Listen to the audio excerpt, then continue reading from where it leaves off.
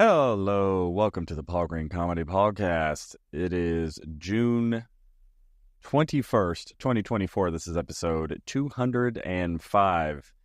Stand-up comedian, actor, and dreamer Paul Green coming at you as I share my journey and insights. Going for a big dream out here, and oh, what a journey it has been. So, let's just catch up on the latest for today. So, I had an opportunity to perform last night, 2 shows at JP's Comedy Club, and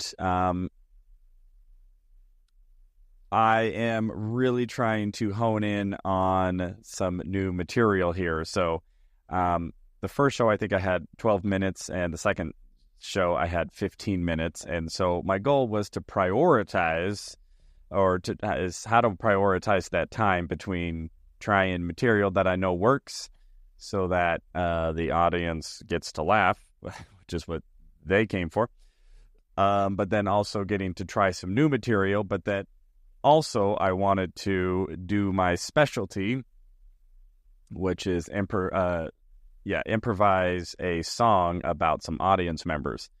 So it's kind of hard to squeeze all that in, but I did my best. And in the 7 o'clock show, I tried some brand new jokes that I have never put in front of an audience before. One of them, I don't even think I've tried it at an open mic before. Brand new bit. It didn't. The brand new bit didn't go great. The first punchline I tried, it's the type of joke where it actually is leaning up for a punchline, and the first punchline I tried at the 7 didn't quite work. You could tell the audience was like, yeah, we liked the setup, we liked where it was going, but we didn't like where it ended that much. I did move that I tried that sort of near the end of my material. So I had already done some material that was working really well. So they liked me. It's not like I lost the audience, but I could tell that I either needed to come up with a new punchline or just abandon the joke altogether. And so in the 9 o'clock, I tried that exact same joke with a different punchline, and it actually worked much better. So that was cool. In the second show, the 9 o'clock show, I tried a lot more new material or newer material, and overall it's going well. It's not all where it needs to be. I still need to listen to the tape. I did record everything, and to really hone in and find out where I can improve the set. Improve. That's really the name of the game that I'm in right now, is just constant improving my set, coming up with new material, trying it out, refining it, testing it, refining it, testing, refining it. My goal here is to really put together a really solid new hour of headlining quality comedy. And I would say of all of the new stuff that I've written, I probably got about 10 to 12 minutes of new stuff if I'm just doing material and not relying on, crowd work and improvisation, which I am very apt to do.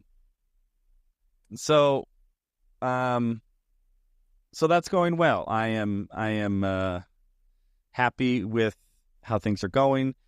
On yesterday's podcast, I talked a lot about the power of thought and belief, and how that is actually not as powerful as action, but it is usually what is fueling action, are our emotions and beliefs.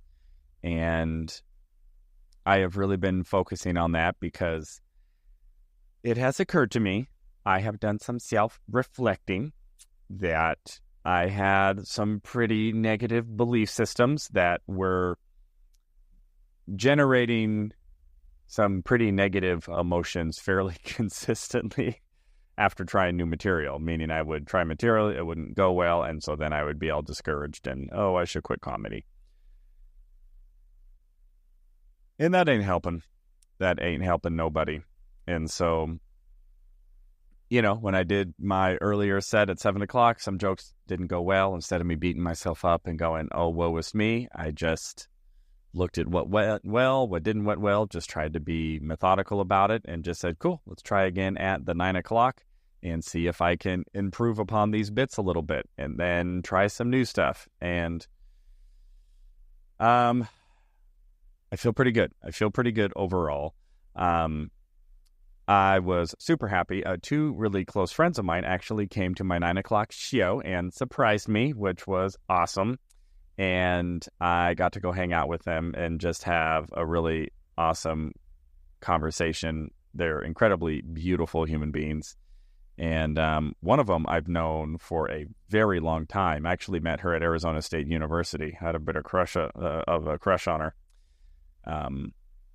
But she went a different direction, which is okay.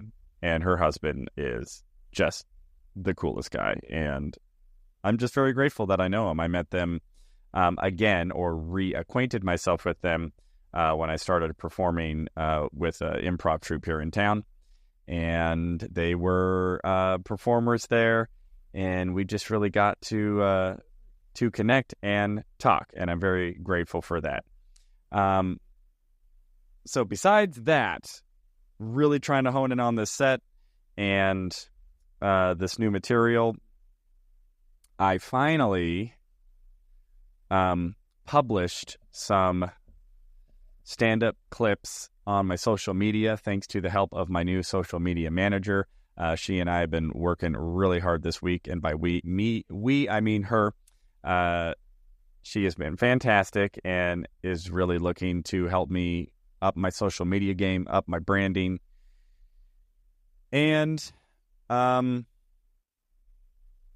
very grateful for that. I'm just, again, so grateful that there are people who are coming into my life who just genuinely care and want to do a good job and want to help me be successful. And she has been very tremendous, and I'm just very grateful for that. So I overheard, so again, I always try to talk about the dreaming element of this, and I realize I've kind of gotten away from sort of philosophizing about what it takes to go for dreams and what I'm learning in that regard. I'm just kind of giving a play-by-play, which I can only imagine how boring that is. The headliner at the show tonight, who is a comic who I've known for about 10 years, I met him when I first started doing stand-up in Arizona. I had a chance to open for him, again, about 10 years ago. And I remember watching his stand-up and just, my mind was just blown about how funny he is. He's very interactive, very big on improvisation like I do. He does a lot of crowd work, but his crowd work is just really funny and spontaneous, and he'll incorporate multiple elements of the people that he's talked to in his act, and really, really a great comic. And when I moved out to LA, he was in Los Angeles. Well, I actually took some stand-up comedy classes from him because he was just so great. And I overheard one of the other comics ask him about, how quote unquote famous he wants to be. Sort of this, like, are you done? Are you kind of just happy with where you're at? Or are you still looking to like blow up and become famous or whatever? And he said, quite frankly, that fame isn't really what he's looking for. And he just said, I've known comics who have blown up and have gotten famous. And he goes, and there's just another side of that stick. And he talked about how he actually started with Frank Caliendo. If you don't know Frank Caliendo, very famous comedian who got famous doing impersonations. He used to do like George Bush and John Madden and just all kinds of impersonations, and got very famous. And this comic who was talking about him just said, yeah, he just knew what he wanted, and then he would set whatever the next goal is. Like, I need to get a headlining set, boom. And then I need to get repped by this agent, boom. And then I need to get on this TV show, boom. And he just laser focused, went and did it, and then got the fame. And I talked a lot yesterday about how I felt there's some pretty big flaws in The Secret, that self-help videotape and book that came out about 10, 15 years ago about how thoughts become things. And my proposition was that thoughts don't become things, actions become things, but thoughts are what drives action, and emotion drives thought, and belief drives emotion, right? So that's kind of the daisy chain there. It starts with the belief leads to emotion, the emotion then goes to a thought, and then the thought leads to, well, this is the action I should take. And so much of that process on a daily basis is just automatic. It's just on autopilot. And to circumvent that or to intercept that process requires a tremendous amount of effort and self-reflection and effort and choice to intercept that. And when I was just listening to him talk about what his goals are versus what Frank Caliendo's goals are, it was really interesting to me, because I just had this realization that both of them, based off of just what I'm hearing, now I don't know this is just what I'm hearing, so who knows what they're really thinking or what they really want. I'm just responding to the words that I heard, was that both of them were living exactly what they wanted, exactly how they wanted, and had accomplished exactly what they had set out to accomplish. It's just that Frank Caliendo had set out for fame and sort of that lifestyle, but the comedian who was at the show last night, he made it very clear that he doesn't really want fame because he doesn't want to deal with the other side of fame, which is not appealing to him.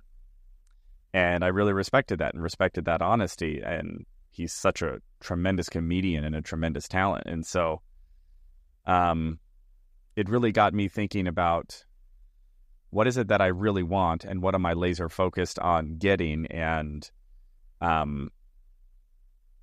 is my beliefs, my emotions, my thoughts, and my actions laser focused in alignment with accomplishing that? And I don't know. It just got me thinking about, can there be some adjustments there? Or can I be a little bit more clear? I think one of the biggest challenges, I know at least for me, is actually just being very clear on what it is that I do want. I think for me, it's a lot easier just to kind of stay very nebulous and vague about what it is that I really want. Like, oh, yeah, I want success. Okay, yeah, well, what does that look like? Or, yeah, I want fame. Well, how much fame? And fame to what degree? Or, yeah, I want to make it on television. Or, yeah, I want to make it on movies, Just sort of these vague, undefined goals and ambitions make it very easy to put in vague, undefined effort, and then, just go, well, I didn't get what I wanted, but I didn't really say what I wanted in the first place. So one thing that I do know that I want is the ability to draw a crowd, to see me, to have strangers pay money to see me do comedy, and in large numbers. Now, what does large numbers mean? You see, there's vague again. And, well, I'll say this. I mean, like, selling out at least theaters, 1,200, 1,500 seat theaters, and being able to do that in many cities throughout the United States and maybe even internationally. And to be able to do that really as often as I desire at any given time. If I feel like, oh yeah, I want to, do 5 shows a weekend or 10 shows a weekend. I want to do 2 Thursday, 3 Friday, 3 Saturday, 2 Sundays. Like, let's do this every week for a year or whatever. I don't know if I want to be that aggressive, but whatever that starts to look like is to be able to build a brand that is big enough and recognizable enough and marketable enough that with advertising or by word of mouth or just by brand recognition, that when I show up in town, there's a line around the venue of strangers who have paid money to see me perform. And I'm totally open if that happens to if that happens with me and my boy Josh Novi, who have been doing our 2-person comedy show. And it just, I mean, we're only about a month in, so I don't want to get over my skis here, but we're 3 shows in, and each show has proven that we're growing and that we're able to sell more and more tickets. And there's a lot of potential there. So that's one dream that is in my immediate mind. Another dream that I've had, and I've had for about 10 years, I do got to be honest, I have not been laser focused on it, so I cannot give myself an out or a pass to say, oh, well, I went all in and it hasn't happened yet, so it's somebody else's fault. But it's still in the back of my mind, but I am definitely not laser focused on this particular dream, which is I always wanted to have a recurring role on like a sitcom. Now, technically, that has happened on like indie films, indie projects where I wasn't really getting paid. So there you go. Maybe I wasn't specific enough, and I just said, actually, I was specific. When I first declared the dreams, it was a recurring role on a sitcom making a minimum of $40,000 an episode. That I can objectively say has not happened, but I keep getting derailed towards stand-up comedy and live performance. And so I'm trusting that and trusting that dream will happen in its own due time when I'm in a position to put that focus in there, or perhaps it'll just happen as I'm pursuing more specifically this other dream of building a draw for myself, and who knows what will come out of that. So getting very clear on what the want is and getting laser focused, and then just starting to take action every day towards what that want is, what that dream is what I have been thinking a lot about, because I think that's something that I could revisit. All right, everybody, there is my pontificating for today. I hope all your dreams are coming true. You're having success, good opportunities. This is June 21st, 2024, episode 205. Paul Green Comedy PaulCast. I love you all so much, and I will talk with you tomorrow.